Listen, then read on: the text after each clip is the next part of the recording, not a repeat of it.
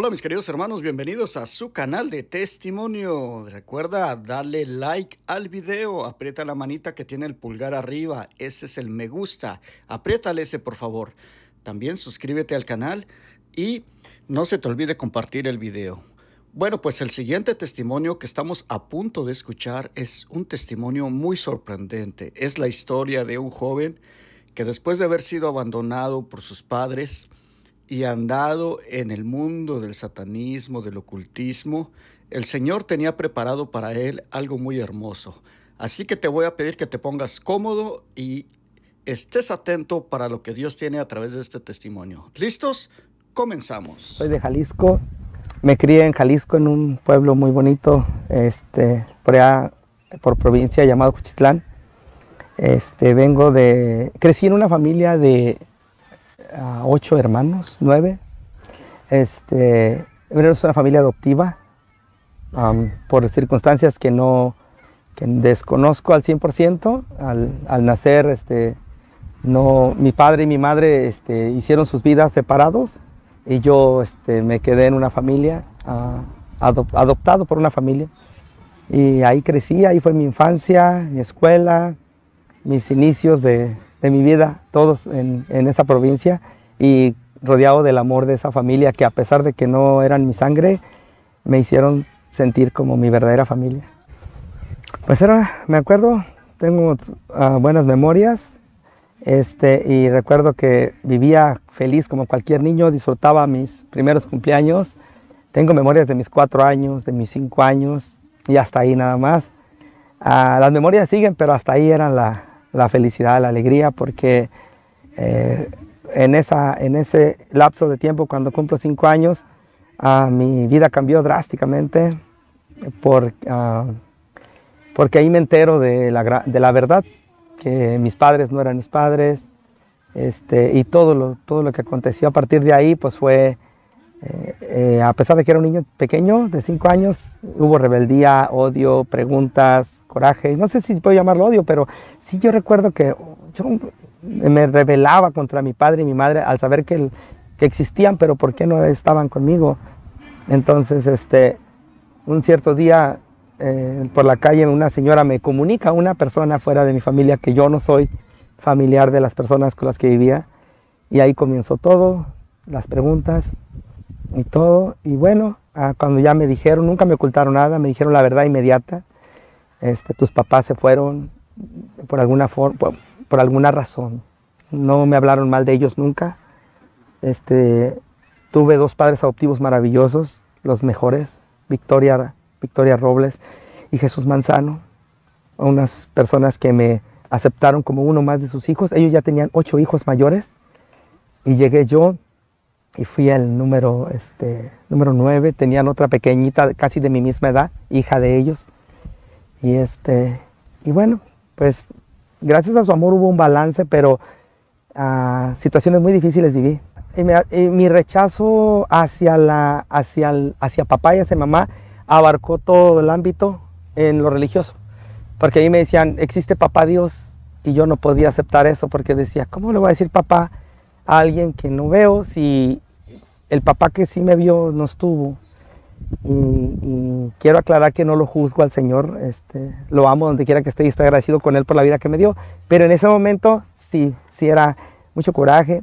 Entonces, cuando me decían, vamos a rezarle a papá Dios, yo no quería un papá Dios. Y si me decían, mamá María, el día 12 de la Virgen, yo renegaba, rechazaba abiertamente el darle la flor a la Virgen María, porque hacíamos fila para ofrecer flores a los niños. Y mi catequista me decía, ¿por qué no le llevas la flor a mamá? Y es que la palabra mamá para mí desde los 5 años era muy difícil de decirla. Okay. Por la ausencia de mamá y de papá, ¿verdad? Por la ausencia y las consecuencias que viví. Desafortunadamente, momentos muy duros, muy difíciles. Las personas mayores a veces abusan de la confianza y de la necesidad de un niño. En el caso mío, a pesar de tener el amor de mis padres y mis hermanos, siempre he sido un hombre muy sentimental, un niño muy sentimental que buscaba el cariño de donde fuera. Y por ahí alguien me ofreció cariño y no fue sincero, no fue verdadero, por el contrario, fue un cariño que dañó, lastimó, y marcó mi vida para siempre. Pues lo negativo que se sembró en mí fue abuso sexual desde los 5 años y fue mucho, que no pude salir de ahí hasta tal vez los 10, 12 años y pues ya a los 12 años, justo la adolescencia, fue una tierra fértil para cultivar el odio, rencor, coraje y venganza.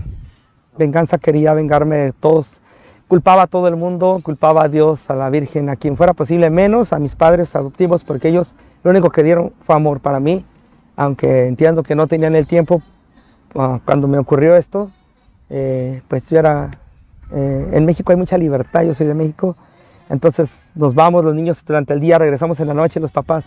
Hay mucha libertad, entonces a veces el abuso de confianza, la misma familia, hoy lo digo con una bandera muy alta, que cuidemos nuestros niños porque los pedófilos no están fuera, están dentro de nuestra misma familia, desafortunadamente, y a veces el exceso de confianza puede caer en una situación como esta. Pues yo buscaba, basado en el coraje que tenía contra las personas que me habían hecho daño, solo pensaba en crecer y vengarme. Eso era mi motivo de vivir, crecer y poder vengarme. Y busqué la venganza de la manera más errónea, lo más fácil. Conocí personas que me indujeron a la brujería, a la santería, hasta los extremos del satanismo, que en aquel tiempo había pequeños grupitos que ya estaban ahí. Entonces yo vi la forma de encontrar poder para yo poder alcanzar mis metas, que era dañar a estas personas. Y sin saberlo me involucré en eso y demasiado tarde me di cuenta, porque las consecuencias pues son muy duras. Tantas cosas que se realizan dentro de ese ámbito de la brujería y las consecuencias que vienen después sobre la familia, sobre mí mismo, mi persona, y cosas pues de las cuales me avergüenzo, me arrepiento de todo lo que se hizo ahí. Pues no sé si pueda dar detalles, pero eran cosas horribles como pactos, como oraciones, la magia negra, la Biblia negra, las misas negras y todo lo que fuera referente a la rama de la brujería que lleva al satanismo, al fin de cuentas, hacer el mal a las otras personas.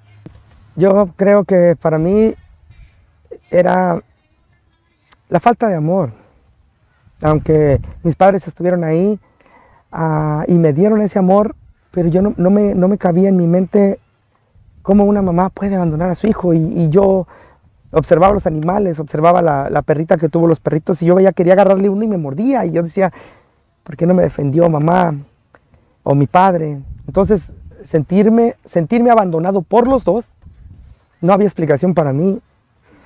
Entonces yo creo que la necesidad de amor a mí me llevó ahí, porque en cualquier círculo, yo lo experimenté, muchos círculos, en el círculo vicioso y en el círculo de esa brujería y eso, hay una falsa hermandad.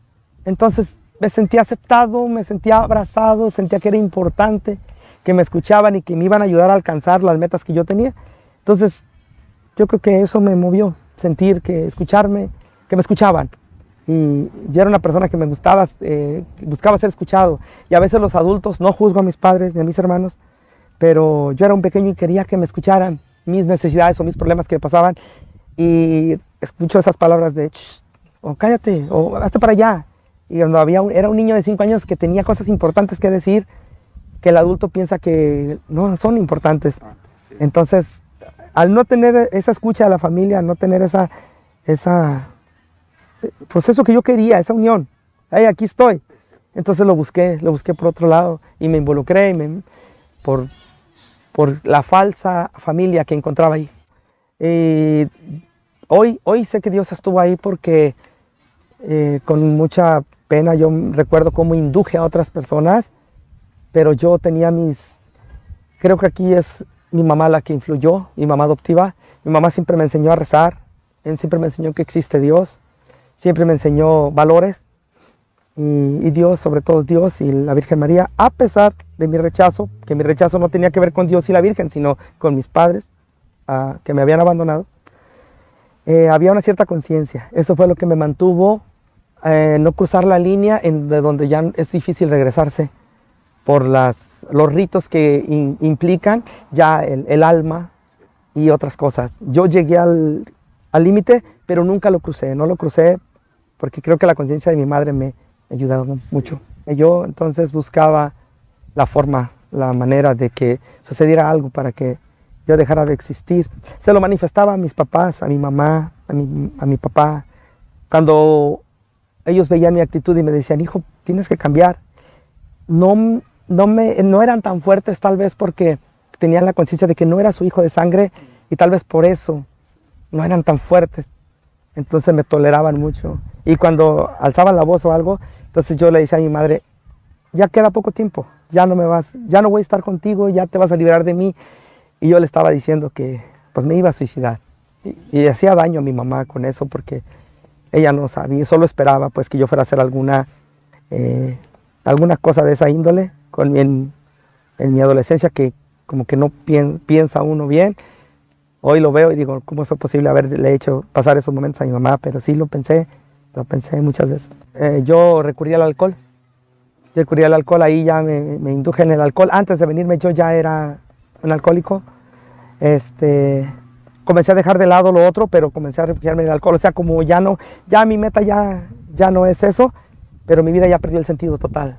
Entonces no hay nada que hacer más que emborracharse, alcoholizarse, porque no había medios para estudiar, no había sueños, metas, ilusiones, no había nada.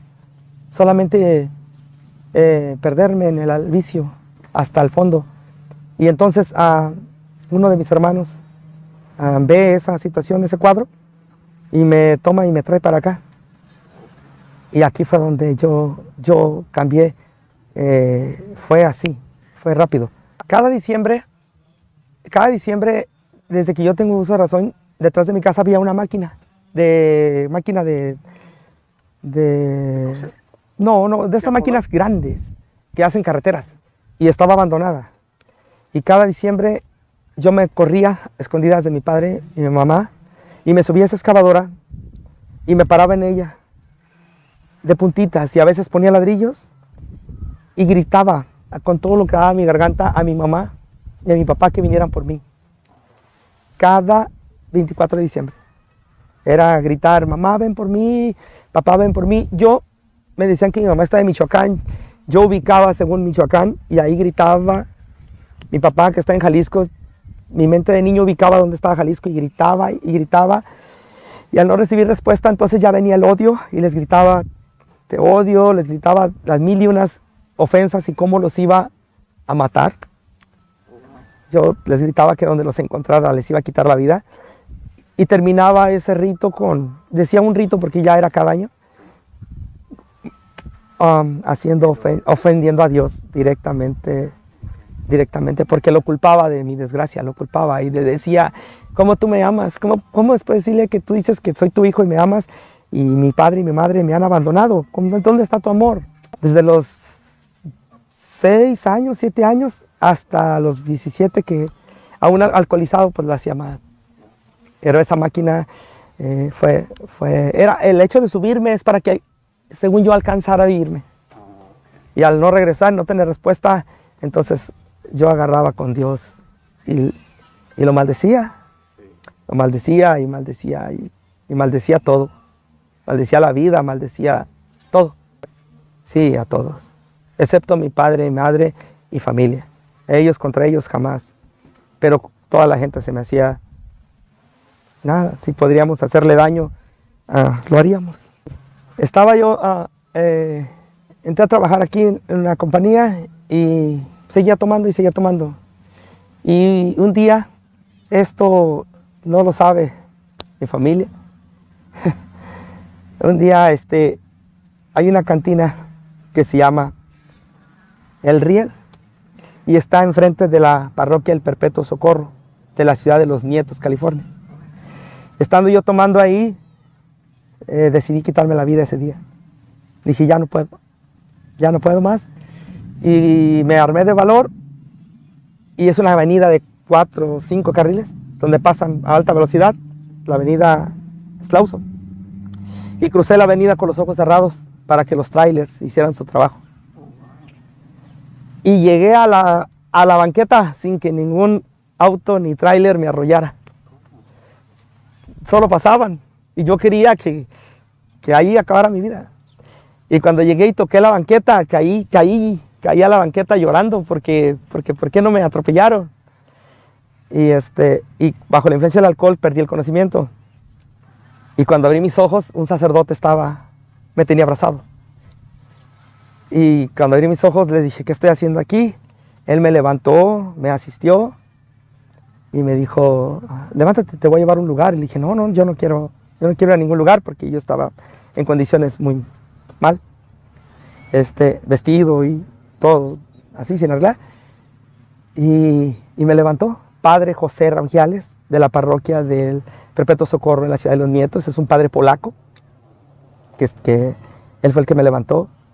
Y me levanta y así sucio como estoy, me dirige a un grupo de jóvenes. Me paró frente a ese grupo.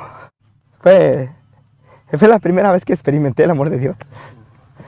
Me paró frente a ese grupo y les dijo a todos, muchachos, aquí está un hermano de ustedes. Y yo lo primero que pensé, pues como yo olía feo, rechazo. Y no, ellos estaban con una guitarra alabando a Dios. Y uno por uno, fue y me dio el abrazo. El abrazo. Aunque ellos se ensuciaran y se olieran por como yo estaba, uno por uno, cada joven del grupo Nuevos Horizontes me dio el abrazo. Y me decían, Dios te ama, Cristo te ama, no estás solo.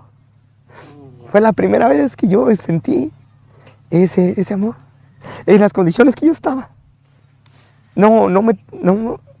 El haber sido aceptado y no recibir rechazo, ni asco, ni nada, eso fue. Al siguiente viernes estuve ahí temprano porque quería ser parte de eso. Me cambié, me rasuré, y llegué y nadie me conoció, y nadie me habló, y nadie me dijo nada porque ellos esperaban ver al otro. Pero ya alguien me ubicó y me dijo, soy Mario, y ya, bienvenido nuevamente, y yo buscaba ese abrazo y me lo dieron, me hicieron sentir increíble. Y entonces ya le dije a mi familia con quien yo vivía que yo iba a ir ahí. Y me dijeron, pues adelante. No, mi familia no era muy acercada a la iglesia. Y ahí comenzó el cambio. Yo llegué allí y a los 8 días me dijeron, Mario, hay un retiro. Es de cine, Sistema Integral de Evangelización. Y yo dije, pues yo no he caído en retiro, voy. Y viví mi retiro. Y fue la primera vez. Y el primer tema era, Dios te ama. Y quiere lo mejor para ti. Y volví a enojarme. Porque volví a recordar a mis padres. Y yo quise salirme del salón. Y me molesté. Y le dije al pastorcito que nos cuidaba, que a mí me mostrara si su Biblia, de verdad Dios me amaba, y que me mostrara. Y entonces el predicador leyó la Biblia justo cuando yo le pedí al pastorcito que si no me decía que Dios me amaba, yo me salía. Y él leyó la cita bíblica donde dice, desde antes que nacieras, ya te conocía. Desde el vientre de tu madre ya te amaba. Y no podía creerlo, pero yo todavía volví a renegar y le dije, ¿y por qué me abandonó mi padre y mi madre? Y el predicador voltea la Biblia y lee, aunque tu padre y tu madre te abandonen, yo no te abandono. Gloria a Dios, gloria a Dios. Y me quedé, para mí fue la respuesta de Dios, literal. Y después de ahí fue un proceso. Me hablaron de él, de los pecados, de que yo para poder estar ahí, yo tenía que renunciar a mis pecados y renunciar a Satanás y a sus obras, justo el tema. Tienes que renunciar a todo. Y me pusieron una cruz. Y había cadenas en la cruz. Y yo tenía que pasar a entregarlas. Y yo pasé, yo estaba cansado ya. Y pasé. Y fue una manifestación muy fuerte para mí. Yo tuve que llevar un proceso de sanación y de liberación para que pudiera yo liberarme de todo lo que había hecho desde mi niñez, adolescencia y todo, pactos y cosas que yo había hecho. Fue un proceso muy largo que con ayuda del padre José Rangiales, padre Juan y algunas otras personas que hacen oración y cosas para este tipo de casos, me ayudaron y comenzó mi sanación. Era Semana Santa y como yo venía con todo así y así, me dicen, necesitamos un Cristo y tú das la medida. Y yo dije, no, pero yo cómo voy a representar a Jesús si yo, porque en ese momento yo lloré muchísimo, porque un año antes pasó el Vía Crucis por mi casa, que es enfrente de la parroquia, y yo estaba alcoholizado y yo grité, le grité va en un carro alegórico y yo le grité que lo odiaba. Le dije, tú eres el culpable de todo lo mío. Y personas de la iglesia me mandaron callar y que respetara, pero yo blasfemé y le grité todas las blasfemias que pude, todas. Y el Cristo, pues que es un señor representando, sí. Voltea y me dice así, a mi padre tiene planes, dijo, y te voy a ver aquí. Yo no entendí, nomás me dijo, te voy a ver aquí, y bueno, todavía no pasaba lo de cuando, todo lo que le acabo de contar todavía no pasaba. A la siguiente cuaresma fue cuando pasó todo, y coincidió que al siguiente año me piden que sea Cristo, y a pesar de mí no, me convencieron, y entonces tomé el papel de Cristo, y cuando volví a pasar por donde un año antes había blasfemado, me recordé las palabras de aquel actor, y ahí comprendí que pues Dios tiene planes. Sí. Comencé una vida de ministerial, parroquial, 15 años, cine, evangelización, grupo de oración, grupo de jóvenes, el coro, y todo lo que involucrara la iglesia, 15 años de ahí, dedicando a la parroquia, pero un día alguien me invita a vivir una experiencia más fuerte, decía, y yo decía, pues yo estoy bien, y me convenció. Y fui por una circunstancia que me da pena decirlo, no, fui porque ese hombre me debía dinero y fui a cobrarle, okay. Por eso fui. Pero al llegar allá, pues no la encontré, pero encontré una experiencia grande que se llama encuentro, un encuentro personal con Jesús, que era mucho más fuerte que todos los retiros que yo había vivido, era algo fuerte. Desde la Biblia, cómo te hablaba, y la manera de exponer, y la sencillez de las personas que hacen esa labor. Un lenguaje muy sencillo, muy simple, y con palabras que podrían sonar fuertes, pero que yo agradecí porque fue lo que me estremeció. Y fue lo que al principio no me gustó. Y como yo ya tenía mucho tiempo, yo juzgué y saqué mi libreta y dije, yo los voy a acusar con la diócesis. Sí, hice mi juicio, dije, esto está mal. Sí. Pero después de un rato me di cuenta que no. Sí. Y todo comenzó a cambiar ahí. Okay. Viví mi experiencia. Y ya cuando iba a regresar a casa, bueno, durante el encuentro alguien tocó un señor música y preguntaba si le faltó un músico a él. Y preguntó, ¿hay alguien aquí que sepa música? Y cuando vi que nadie levantó la mano, pues la levanté yo. Pero me pasé una cosa muy importante ¿por qué empecé en la música? Estando en el grupo juvenil, ya cuando viví el Vía Crucis y todo eso, me llevaron a un retiro, algo del Sembrador. Sí. Eran 20,000 jóvenes. Y había un cantante, Martín Valverde. Oh, sí. Fue la primera vez que yo escuché música que para mí era música secular, música loca, o yo decía que no tenía nada que ver con la música religiosa. Pero me encantó. Y ese día Martín dijo, después de la prédica, cantó canciones que ten calma contigo mismo, mira dónde vas. Cantó canciones como, ay, se me van, Nadie te ama como yo, y otras que me cautivaron siendo joven y soltero. Sí. Y dijo, atrévete a soñar, pídele algo a Dios y atrévete a creer en eso. Y yo en ese momento me ilusioné, y yo dije, yo quiero ser como él, o hacer como él hace. Y dijo, si estás soñando y si ya tienes claro lo que quieres, corre al escenario y llega. Ven aquí, al frente, aquí. Él estaba sentado en un banco y con una cruz, y había 20,000 jóvenes ahí. Yo estaba arriba, y yo corrí con todas mis fuerzas, corrí, y llegué hasta ver enfrente. Y cuando llegué, creí que todos se venían. Y cuando él se rió y se hizo así con su guitarra y dijo, este es el único loco, porque nadie había venido, solo yo. Y entonces ya se vinieron todos, sí. todos. Y ahí hicimos una oración, y él dijo, atrévete a soñar y créelo que lo vas a lograr. Y yo, pues me guardo ese regalo. Él cuando estaba tocando la canción para y me mira. Yo miro a los ojos y me dice, pídele, eso que tú estás en tu corazón, pídeselo con todas tus fuerzas. Pídele, él sabe lo que le estás pidiendo. Sí. Y pues yo lo veía así, Y yo no sé si sería alguien atrás de mí, pero yo lo tomé para mí. Sí, sí, sí. Y le pedí a Dios que me permitiera hacer lo que Él estaba haciendo. Y después, con el tiempo, se fue dando un poquito a aprender guitarra. Y cuando llego a este ministerio, que me dicen que si alguien es músico, entonces yo me paré y toqué la batería en los momentos. Fue una transformación grandísima, esa experiencia de Kairos. Regresé a mi casa, transformado, sanado de muchas otras cosas que había aquí dentro que yo pensé que ya se habían olvidado. Sí. Y a los 6 meses me acerqué nuevamente a ese grupo y me reciben con los brazos abiertos y me dicen, te estábamos esperando, ocupábamos un músico aquí.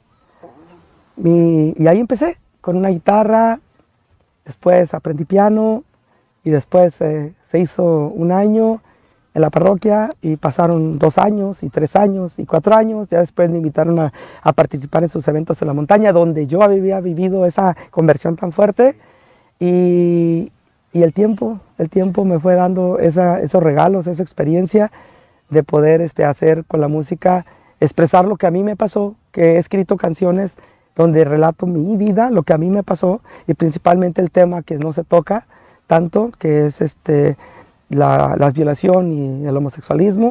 Puede perdonar, ha sido un transcurso muy largo, un proceso muy largo, pero hoy por hoy estoy feliz. Encontré a mi mamá,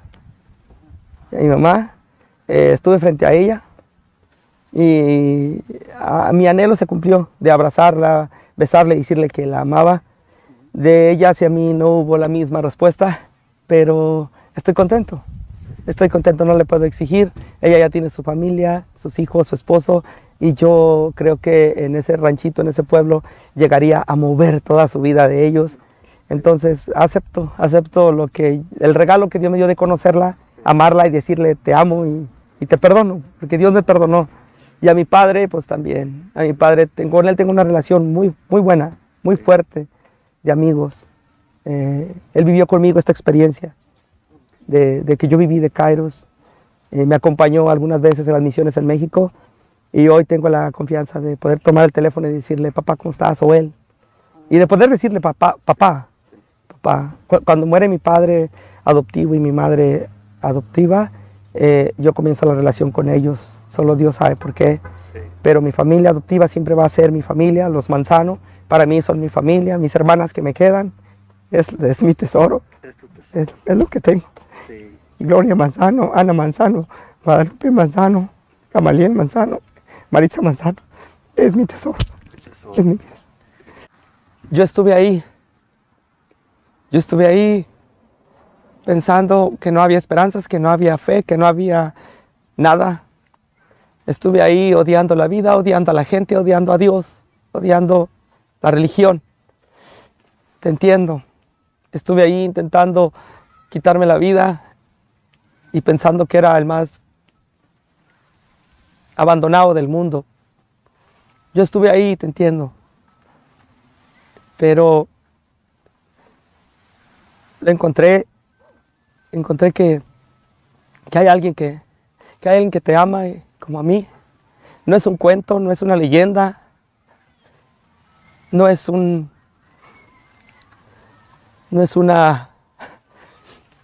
invento, es real, está ahí. Atrévete a reclamarle si quieres. Nos la pasamos la vida reclamándole a mamá, a papá, al maestro, a quien sea. ¿Por qué no vas con él y reclamas? No se enoja. Por el contrario, estará feliz de que por una vez en tu vida hayas dirigido las palabras a quien tenías que haberlo hecho desde el principio. Atrévete, te reto, búscalo. Y una vez que lo busques, si no encuentras nada, adelante con tus planes. Pero no realices planes sin antes buscar a quien te está buscando a ti. Hoy estoy aquí de pie, soy feliz. La vida tiene retos, problemas, situaciones, pero por encima de todo eso soy feliz. Porque Él está aquí y me da todo lo que necesito y me llena. Y hoy tengo un trabajo, pero también una profesión que me llena, que me da paz, y es la música. Y ese talento, estoy seguro que tú tienes más talentos que yo. Así es que te voy a decir una palabra ya para despedirme que me movió a mí. Deja de quejarte, Deja de hacerte víctima del mundo, porque también a mí me lo dijeron. No eres víctima de nadie. Fuiste hecho por amor y para amar. Y si quieres saber cómo funciona la máquina perfecta que eres tú, pues nadie más que aquel que te creó. Él te va a decir cómo funciona. Búscalo. Jesús te ama. Dios te ama. Búscalo.